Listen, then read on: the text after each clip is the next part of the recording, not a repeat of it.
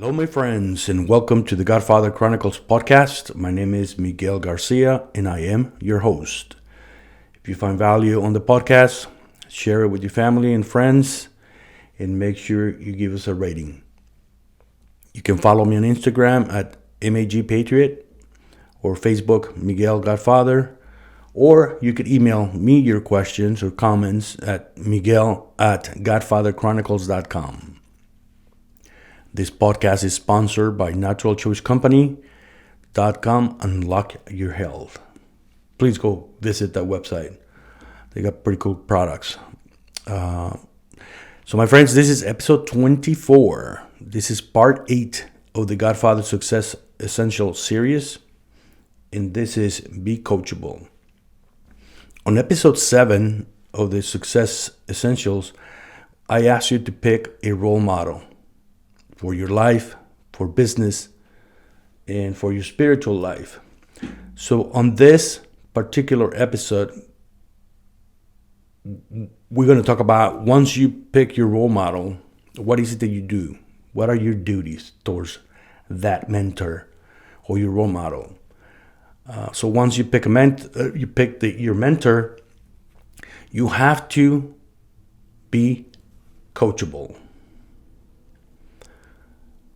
So for me, I only work with people that are coachable.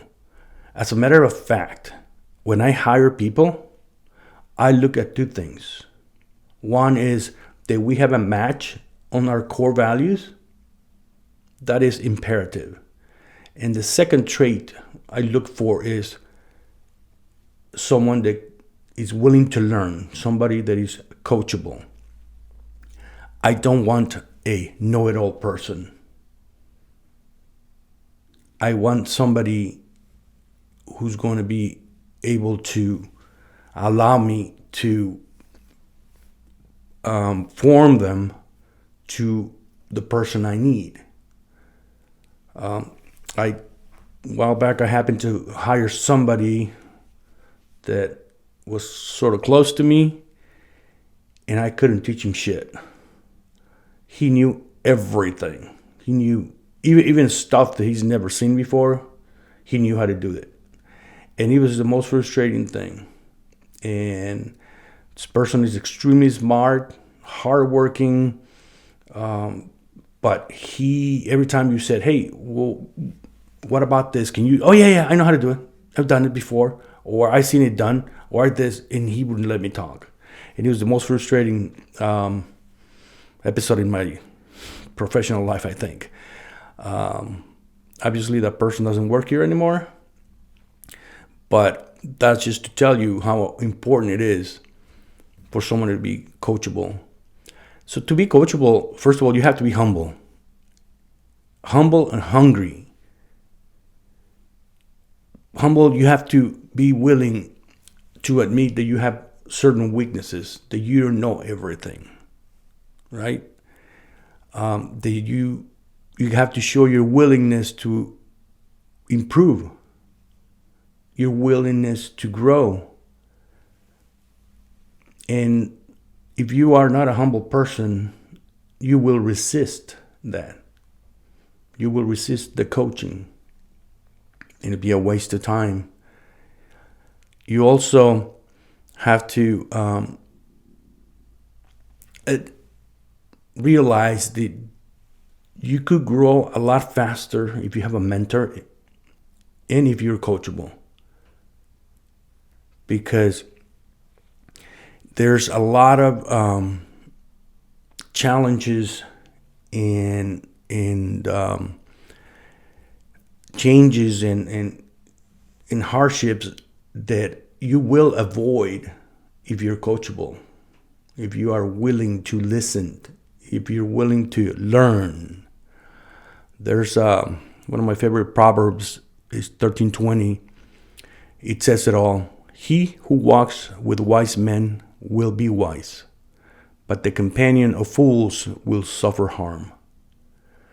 So, in other words, if you walk with wise men, with wise people, if you hang around with the right crew, if you hang around, if you pick a good mentor you will gain wisdom a lot faster than if you have to experience things on your own.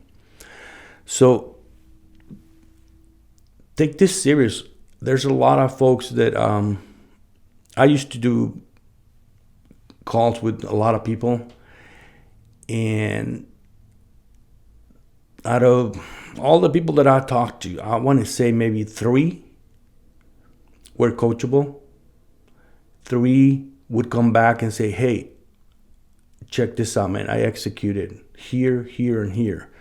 And this is the results that I got. They were grateful and they trusted my advice, and therefore they were able to conquer that challenge or surpass that obstacle that they had. They were stuck and they had to get unstuck. And by listening and executing the advice that I gave them, they were able to do that. But it's amazing how many people want to get better and they don't want to do the work. They just want to hear stuff. It's like the folks that read a ton of books, the folks that listen to a lot of podcasts. It doesn't help you. It doesn't make you smarter. Executing makes you more efficient, successful, smarter. But if you don't execute, then it's a waste. All that so-called knowledge that you have is worth nothing because you're not executing on it. It's the same thing when you have a mentor.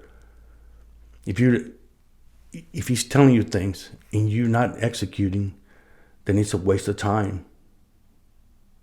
Again, you need humility to accept the fact that you're weak in certain areas and you're willing to learn. There are a lot of folks out there that are great coaches. And like, for instance, on the syndicate, I'm going to talk about the Artist Syndicate. Great coaching, great bunch of people and all stuff, but there's a bunch of people there too that they don't execute. And so they get stuck. They stay stuck. They think that just by becoming members of the syndicate, all of a sudden, they're going to become superstars just by, magic. No, you become a superstar when you start executing. When you put into practice what someone has taught you. Being coachable is how you show the world that you have a hunger to get better and you're willing to put the effort. Learning from people who have already won helps you acquire the fundamentals a lot faster and grants you access to unique insights that they've gained over the years. It gives you access to their experiences. You're going to skip a lot of mistakes when you have a good mentor and when you listen and you execute. You're going to skip a lot of mistakes. Like, for instance, one of the examples I have right now is it's taking me a lot less time for me to build this company that I'm building with my wife than it's ever taken me to build the other ones that I built, including the one I sold. So the one I sold, I had it for 17 years, and it took me to get to $1 million a month in revenue. It took me about 7 years, I think, about 7 years. So from like 2004 to like 2012 or 13, it took me that long to hit $1 million. With this company that I'm building, we're going to hit $1 million on year 2. So why is that? Because I am wiser, because I had good mentors, and because I executed on the advice that I was given to. Again, people, your mind gets too cluttered when you're reading all these books. Your mind gets too cluttered when you're going to all these masterminds. Your mind gets too cluttered when you are listening to all these podcasts. You need to start cleaning up, the space in your head, and then just take the parts that you can execute and execute them. It's as simple as that. You don't overcomplicate it. Because if you overcomplicate it, you mess it up. Stay as simple as possible. Again, discern what you want to learn and what you want to learn, whether it be a mentor or a book or anything like that. You have to discern. Okay, like for instance, let me give you an example. So for me, when I'm stuck on something, like if I'm stuck on how to scale the business, I would ask questions to my mentors, and if I don't get the right answer, then I would buy a book that talks specifically about scaling. So I'm narrowing down my need to learn something so that I get really focused and execute. That's how I do it. And it's an effective way.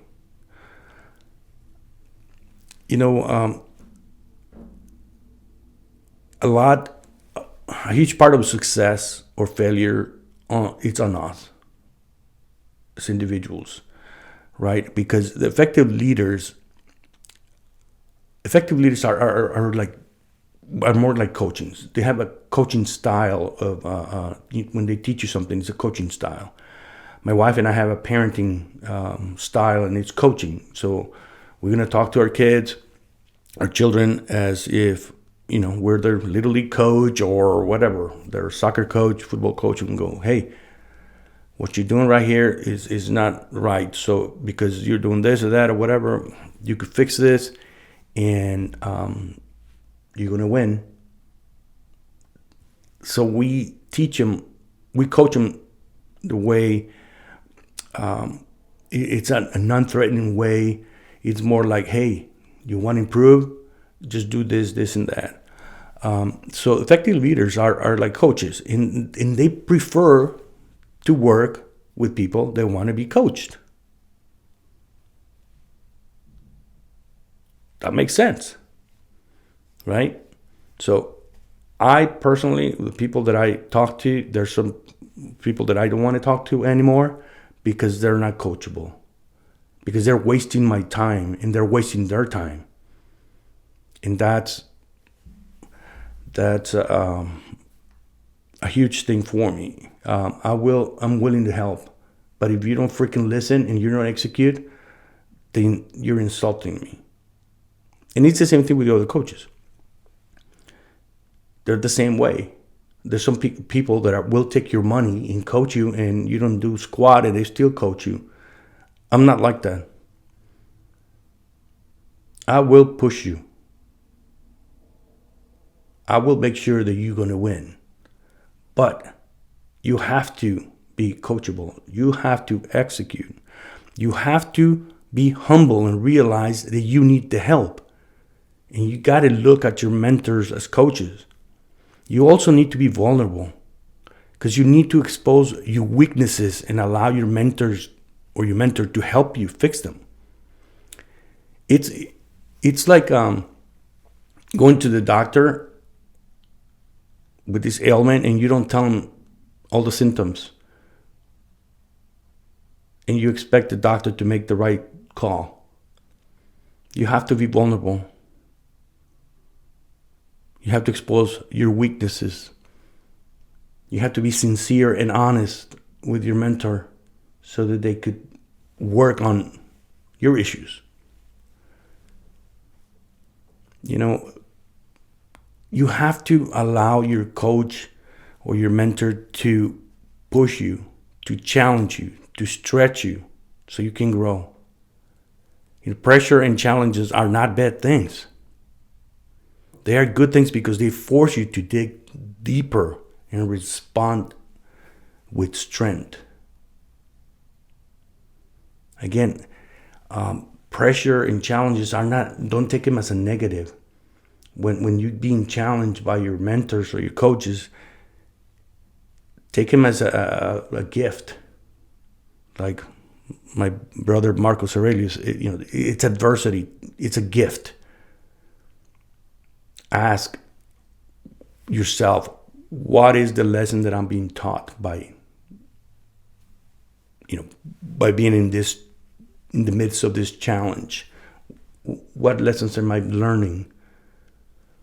It's interesting for me. I've been around the block, like you guys know, for a long time, and I'm still learning.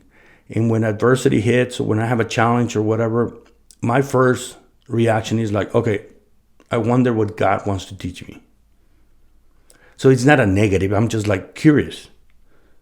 It's like, man, I thought I had this sale and it didn't happen. I just hit a brick wall and I get upset. And then I realize, okay, so what did I learn from that? What was the lesson that God was trying to teach me? And I'm very conscious about that because God is my mentor.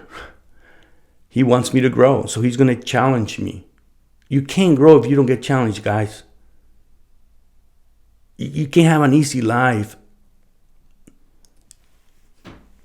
full of success and achievement if you're not challenged. Don't run away from the adversity. Don't run away from the problems. Because in those things lies the success. The challenges and the adversity that you get is helping you discover your talent. It's helping you figure things out. It's teaching you a lifelong lesson. And if you're with your coach or if you're, your mentor, then they'll help you get through it. So don't shy away from problems. Seek to grow.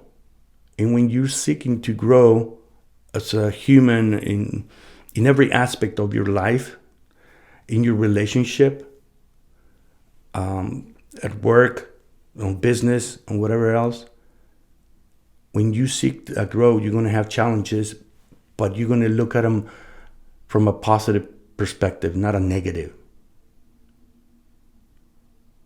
So it's a mind shift change as well.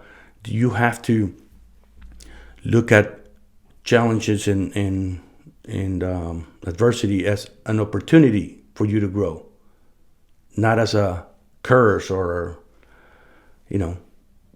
something very negative.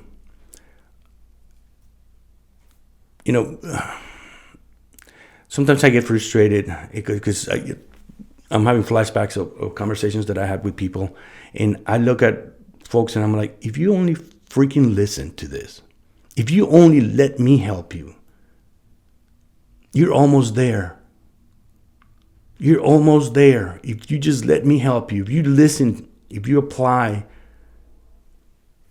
you'll arrive to whatever place you want it to be. And they just don't do it. They just don't do it. And it frustrates the hell out of me. I'm like, man, how can people be so stubborn? They're seeking help and they're not coachable.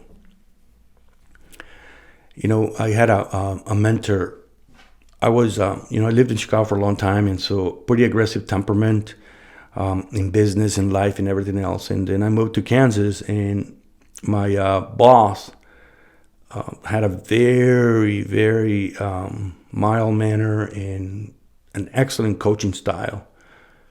And he would say, Miguel, I love your eagerness. I love the fact that you execute. I love all this stuff, but you got to be flexible. So my big thing was I wasn't flexible. To me, it was either black or white. Any issue. And I would never give people the benefit of the doubt. And so he kept telling me, Miguel, you got to be flexible. Find different ways. Don't just say, no, we can't do this. Figure out there's another way. And so anyway, so I learned so much from this guy, man. I owe him a lot, because his advice changed my life, in my business, in my marriage, in parenting, as a friend. Now, when something pops up or whatever, I don't judge it. I'll go, okay, where is it coming from? Is there another solution? Even I remember one time I was coaching soccer, and we were going to have a huge tournament, and some cocky guy started challenging me in front of people. And I was going to rip his head off. But then I remember, Miguel, be flexible. And I kept giving the guy a way out. I kept looking for ways to diffuse the situation. And I was like thinking to myself, man, I just, take care of business and that's it, man. And I had this internal struggle. And I remember going, I can't believe I'm saying this to this guy. But the guy got emboldened more because he knew me and he thought that I was weak, that I had grown weak. So I had to tell him, I said, look, mother, you need to understand that you're challenging me and I could tear you apart, and I don't want to do that. So if you keep this up, I'm going to have to do that. And the guy just freaked out. Like, he looked at me and I said, don't ever do that again. But it took me a long time to get to that. What I'm saying is, I kept hearing my coach's voice. Miguel, be flexible. Miguel, give him an out. Miguel, look at a different alternative, a different answer. And in my mind, I was machining all these things going, okay, all right, he didn't mean it. He probably had a rough day. He's probably, angry to his girlfriend or whatever. And I kept, making internal excuses. But my point is this. I always apply what I learn. I execute. And that's what makes me successful. Another thing that, when you're coachable, you need to show appreciation. You need to show energy and appreciation. In other words, if I'm teaching you something, I want to hear from you. I'm like, yeah, I want to go ahead and do this. And I want to hear from you. Hey, this is the outcome. I did this and that. And this is what happened. I have calls with people again, and they have problems, and I'm coaching them, and they never call me back. Only when they need another, coaching session, they call me back. But they never tell me, hey, I'm doing this, I'm doing that, it's going well, or it's not going well. Any more advice or anything like that?